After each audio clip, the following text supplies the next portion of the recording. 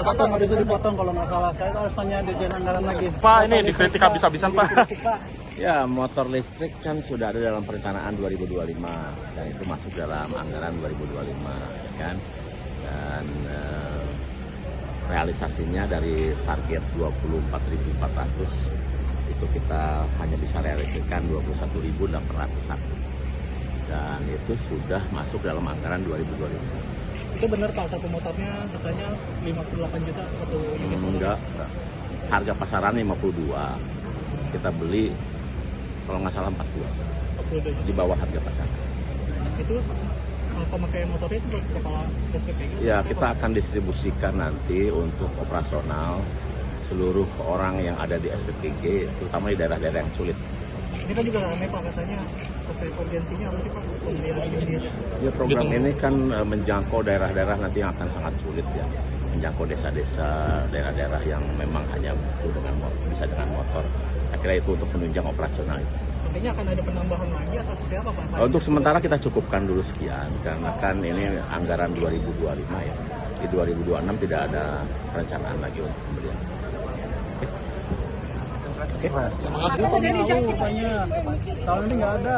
Itu yang disetujui ya Pak? Oh, ada depan Pak dikit Pak. Potong nggak bisa dipotong kalau nggak salah. Saya harus tanya Dirjen Anggaran lagi. Tapi setujui nggak Pak sebenarnya itu Mas? Udah Pas pengajuannya 2025 itu. Sambil jalannya.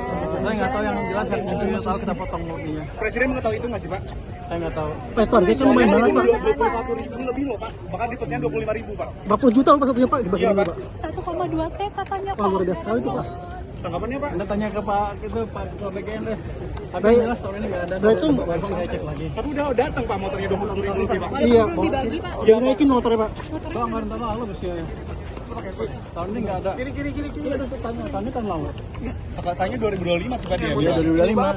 Tahun ini udah nggak ada, kita pastiin nggak ada. Karena waktu itu udah mungkin baru lewat tuh. Habis itu kita berhentiin. Tapi karena udah motornya udah ada terus gimana dong Pak? Dua tahun lalu sudah bayar mereka itu. Datangnya sekarang tanya ke Pak itu Ketua BGN gimana statusnya. Jadi tetap boleh dibagi Pak ke